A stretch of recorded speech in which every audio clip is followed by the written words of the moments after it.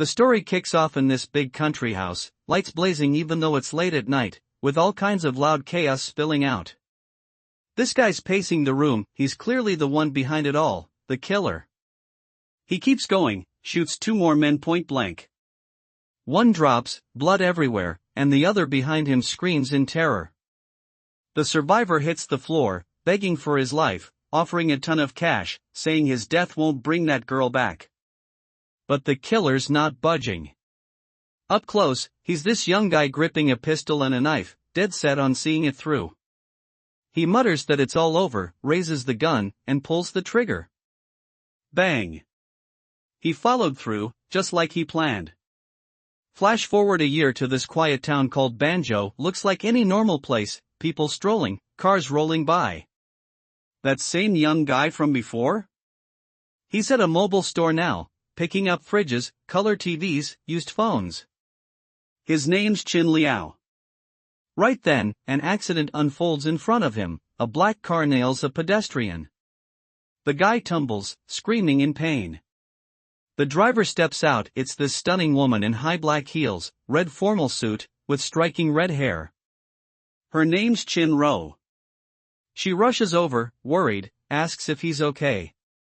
The guy on the ground snaps back in anger. He almost died, broke both legs. Asks her how she wants to handle it, with or without the police. Everyone around knows it's a scam, the guy's just after quick money. Chin Ro gets it too, offers to take him to the hospital. If she's at fault, she'll cover everything. He agrees, but warns she'll have to stick with him, and her guilt will come out anyway.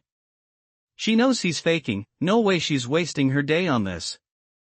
Turns to Chin Liao, says she's got 0 time, asks him to handle the hospital run instead. Chin Liao's stunned, shoots back that he's busy too, trading hard, making a couple yuan a minute. She pulls out cash to cover the bill, offers him 500 as thanks, asks if that's enough. He lights up, says sure it is, asks to let him handle the business. Adds that helping others is what life's about. He walks up to the guy still sprawled on the road, asks why he's still lying there pretending he's got the money already. Chin Ro overhears, furious. Storms over, demands to know what he just said. She figures it out, they're in on it together. But the victim plays offended, says he got hit for no reason, and now she's accusing him while his leg's broken. For show, Chin Liao says he'll check. Turns to the guy, tells him if he started the act, he has to see it through. The scammer's confused, asks what he means. That's when Chin Liao grabs his leg, squeezes hard, snaps it for real. The guy howls in agony, but Chin Liao doesn't flinch. After all, the fool planned this mess himself. Now the break's legit. Chin Ro's eyes go wide, she can't believe scammers would go that far. She tells him she's remembered his face, then gets into her car. The guy hops into his car and speeds off, leaving the poor sap with the broken leg screaming in agony. Chin Liao turns to him and says, "Why do you keep screaming like that? Come on, let's get you to the hospital, I've got the money for it." But all he gets back are threats, spit out through the pain. Our main character isn't fazed by that kind of talk. He just lights up a cigarette and coolly replies that he knows those 3 friends of his are lurking nearby. And since he snapped this guy's leg with his bare hands, he could do the same to them without breaking a sweat. Confidence radiates off him, cold and unshakable. That shuts them up fast, all 4 look terrified, no one daring to start anything. With that, our hero climbs onto his portable bench and rolls away, feeling untouchable. One of the guys pipes up, suggesting they chase him down and beat him senseless. But the others shut him down quick, tell him to quit talking nonsense, help get their buddy to the hospital, and they'll handle this later. Cut to Banjo University, this sleek, towering white building rising against the sky. Our guy zooms up on his mobile bench, going so fast the skirts of passing girls flutter up in the wind. In his rush, he doesn't notice scraping someone's car. The driver jumps out, cursing him out, "Where the hell did you come from, you idiot?" Nearby, 2 guys stand gawking at this girl named Xinqingdu, calling her a goddess. She's stunning, with a perfect face and long black hair, dressed all in white. Chen Liao approaches her, smiling wide. "I'm glad you came," he says. "You're late," she replies, but joy lights up both their faces. He turns to her and tells her to sit comfortably. She looks a bit confused, not sure what he's up to until suddenly, he scoops her up, stroller and all, and carries her off. The two onlookers freeze, jaws dropped, no clue how to react. Turns out, Shin Shingu is under his care, she's the last of the Shin clan. He slides behind the wheel and says he's made some money today, so how about heading home for a good dinner? She nods, approving.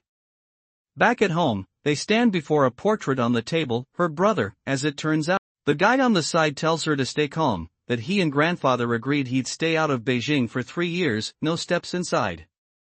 But Xinwu isn't buying it, sadness clouds her face. What happens in 3 years? She asks. Why can't you stop worrying?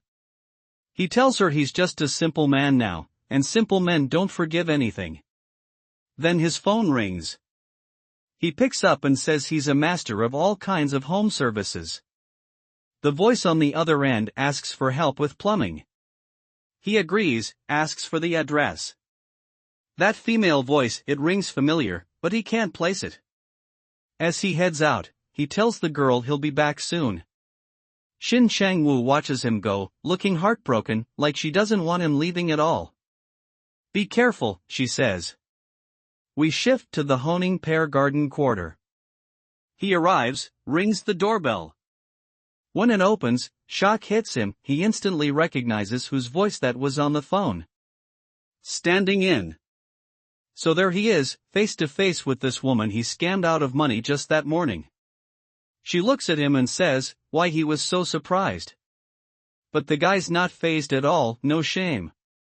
He shoots back, it doesn't matter who, what matters is whether he has money, so let's get started quickly. They head into her place, and he can't help noticing how nice it is inside. She snaps at him, talk less and go do his job. Turns out, he needs to fix the toilet. He's pissed and asks whether in such a situation it was necessary to call him because it was possible to find a repairman. She hits him with sarcasm, isn't he a master of a wide range of household services, and if he can't handle it then the false call will be on his conscience. He's confused and says he had just started working and did not understand what kind of false call he was talking about. She keeps mocking him, she would demand compensation. Now he gets why she's mad, he tries to explain. He was not at the same time with that guy, and if she wants to get her money back she should find him. That just fires her up more. She raises her voice, if he couldn't fix her bathtub today she would sue him. Deep down, she's thinking she's too angry, but damn, she's lucky to have this guy to vent on. He stays cool and says he didn't care about her threats and that he was leaving. She won't let him off that easy. She would complain about illegal entry robbery or even worse because he came to her house. She's not bluffing, she starts dialing the police. Right then, he stops her, he would do whatever she asked of him. An hour later, he's fixed everything she wanted. She's impressed at how fast he pulled it off. But he's not doing it for free, he names his price, 800. She's outraged, yelling about the number. She knows he's messing with her, but hey, two can play.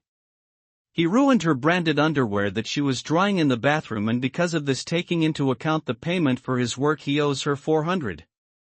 They start yelling, each trying to win the argument. Suddenly, his anger shifts to confusion, he glances out the window. She doesn't get it, what was wrong with him? In a split second, he shoves her to the floor. A bullet smashes through the window, glass exploding everywhere. They're both down, alive, but she's screaming in terror.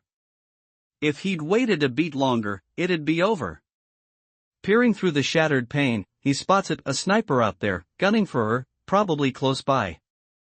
They stay low amid the glass shards and scattered tools from his bag.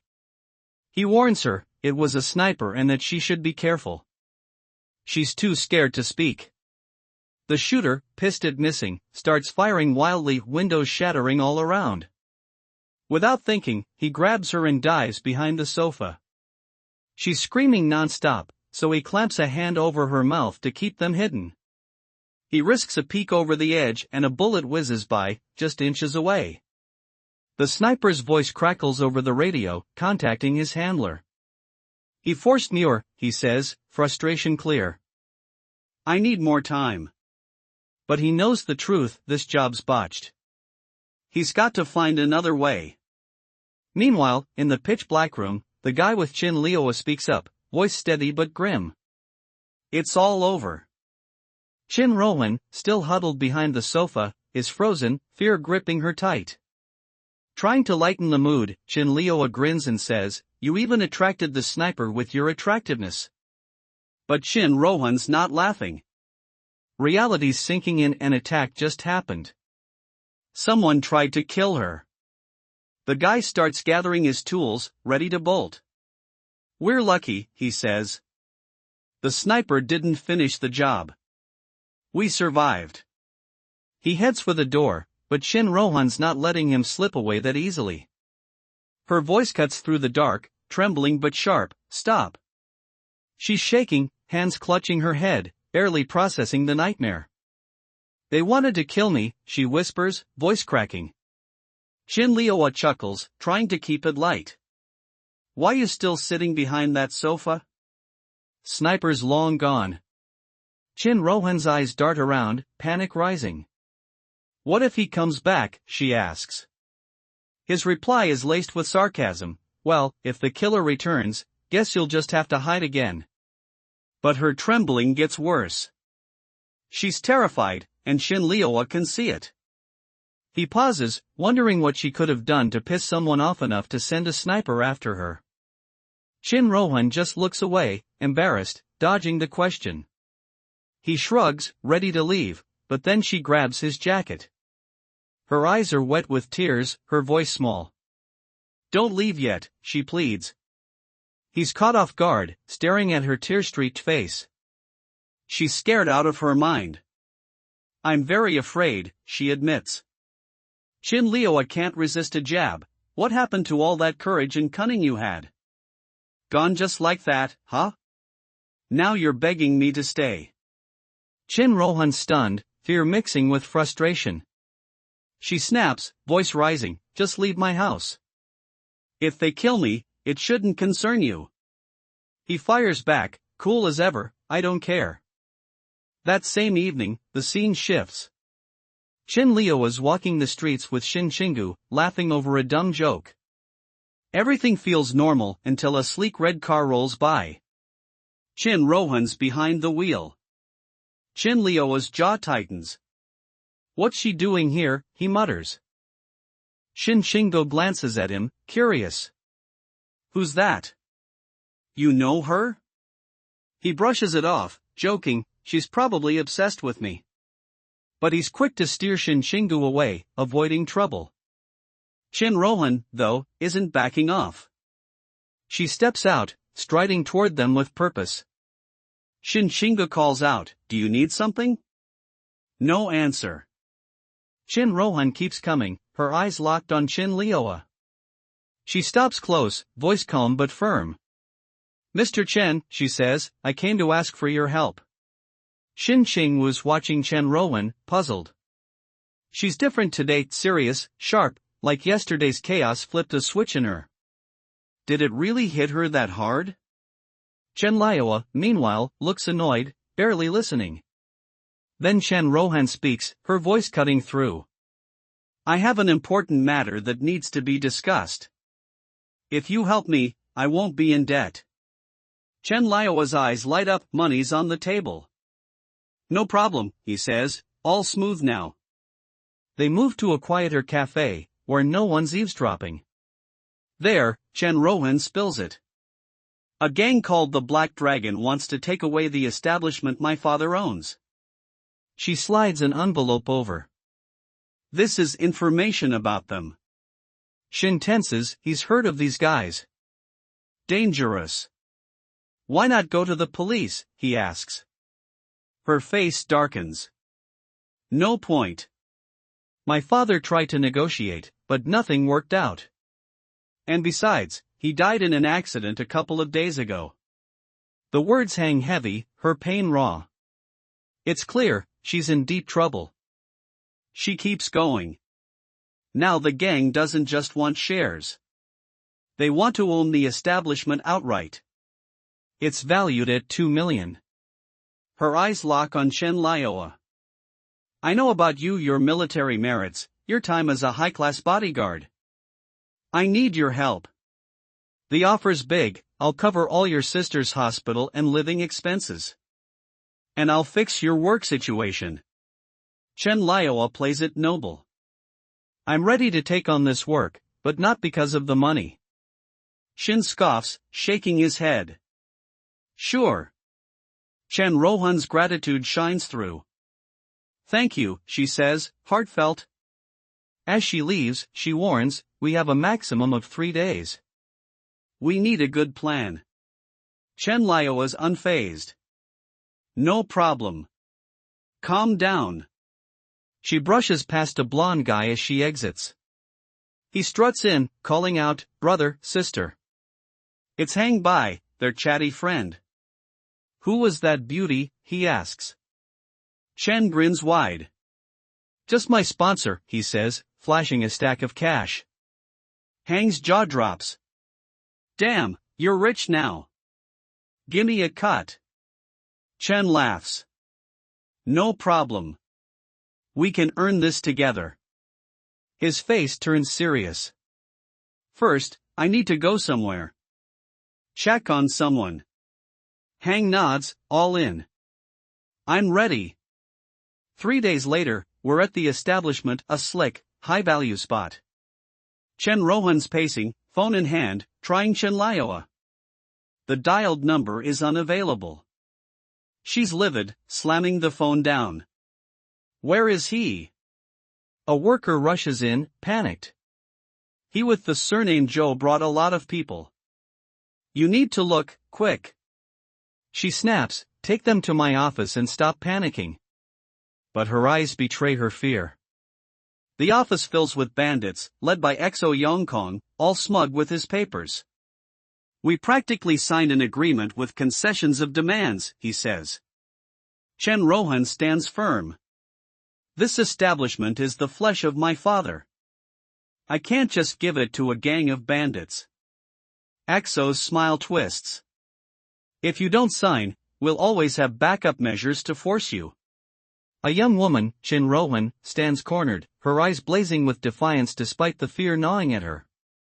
XO Yongkong's tone is soft, almost mocking, as he says, he is very gentle towards women and he really doesn't want to do all these terrible things and hurt such a beautiful and young woman.